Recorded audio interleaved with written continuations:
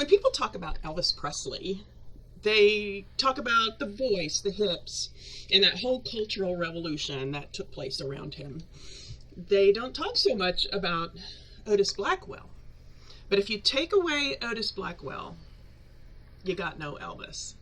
Blackwell was a black songwriter. He wrote Don't Be Cruel, All Shook Up, Return to Sender.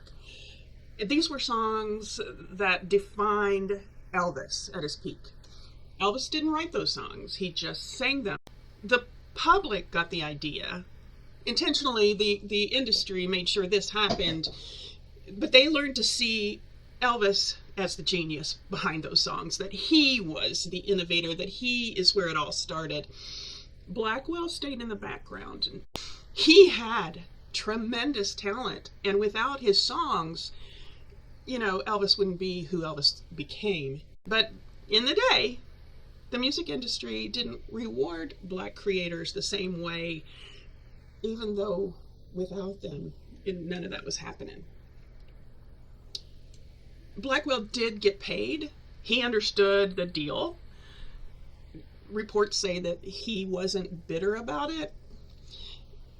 Maybe this was the best he could hope to do. I mean, it's no small deal to have Elvis singing your songs. I don't know how much he was paid.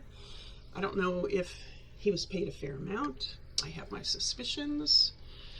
But cultural credit isn't fair, especially in the 60s and the 50s. One person becomes the face of the music, the other person becomes just a footnote, and over time we forget the footnote. Some people never read it in the first place. I don't want to take anything away from Elvis. I mean, he was a product of his times too, and he did give an audience to black music, but I don't want Elvis getting all the credit without Otis. Elvis didn't emerge from nowhere. He stood on songs written by black artists, shaped by black musical traditions, and filtered through a system that decided who America would recognize, who's going to be danced to.